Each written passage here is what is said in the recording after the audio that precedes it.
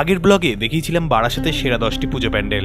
এই ব্লগে আমি তোমাদের দেখাতে চলেছি মধ্যমগ্রাম এবং বিরাটির কিছু famous pandal. Welcome back to another blog. আমি শানু, তোমরা দেখছো দুরন্ত শানু। অ্যাকচুয়ালি যাচ্ছিলাম নিমতা জোনাকি ক্লাব।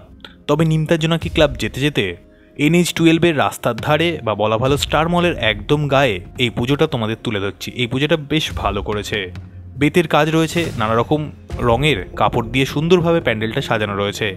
তবে এই প্যান্ডেলটা আমি 2 বছর আগে চন্দননগরে দেখেছিলাম, কিন্তু এখনও প্যান্ডেলটা বেশ ভালো লাগলো, তাই তোমাদের সাথে তুলে ধরলাম।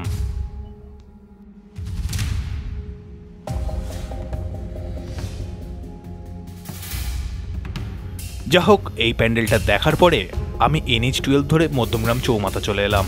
আর চৌমাথার যে পুজোটা হয় সেটা কিন্তু প্রত্যেকবারই বেশ ভালো করে। এবছর এখানে কোনো একটি বৌদ্ধ টেম্পেলের অনুকরণে প্যান্ডেল তৈরি করা হয়েছে। সকালবেলায় সাদা যে রঙের প্যান্ডেল সেটা কিন্তু খুব সুন্দরভাবে ফুটে উঠেছে, তবে রাত্রিবেলায় লাইটে হয়তো আরও বেশি ভালো লাগবে। যা হোক, প্যান্ডেলের ভিতরেও সুন্দর সুন্দর কারুকার্য রয়েছে, মাথার উপরে ঝাড়টাও বেশ সুন্দর, আর মাতৃমূর্তি অসাধারণ।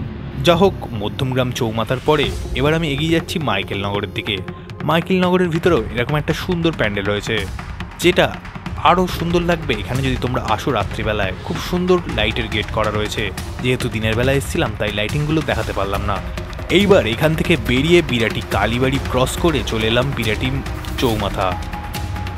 বিরাটি চৌমাথা দিয়ে ঢুকেই তোমরা যে প্রথমে প্যান্ডেলটা আমি দেখতে পেলাম সেটা হলো মহাজাতির প্যান্ডেল। মহাজাতিও বেশ সুন্দর প্যান্ডেল করেছে ঝুড়ি এবং বেতের কাজ দিয়ে। প্রত্যেকবারই প্যান্ডেলগুলো ভালোই করে থাকে, এইগুলো এবছরও ভালোই করেছে। যা হোক, এখান থেকে বেরিয়ে এবার অনেকটা যেতে হবে আমাদের নিমতা জোনাকি ক্লাবের পুজো দেখার জন্য।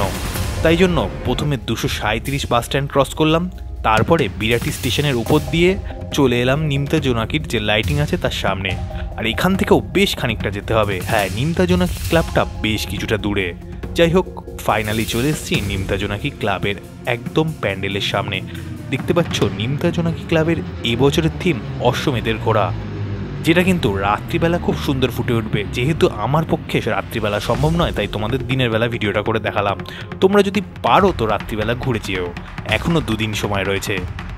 তবে মধ্যমগ্রামের বেশিরভাগ পুজোয় আমি দেখলাম যে মা কালীর সঙ্গে শিবের বিয়ে দেখানো হচ্ছে, বাট জানি না কেন এরকম। যা হোক, প্যান্ডেলের ভিতরেও সুন্দর সুন্দর কারুকার্য রয়েছে, মাথার উপরে ঝাড়টাও বেশ সুন্দর। সামনে দেখতে পাচ্ছ ছোট একটা মূর্তি পুজো হয়েছে। যাই হোক, নিমতা জোনাকি ক্লাবের প্যান্ডেলের সাথে মাতৃমূর্তিও বিশাল হয়ে থাকে। আজকের এই ভিডিওটায় একটা অবশ্যই লাইক করে দিও, আর কমেন্ট করে জানাতে ভুলো না তোমাদের ভিডিওটা কেমন লাগলো। তোমাদের সাথে দেখা হবে নেক্সট ব্লগে। ততক্ষণের জন্য ভালো থেকো, সঙ্গে থেকো, টাটা।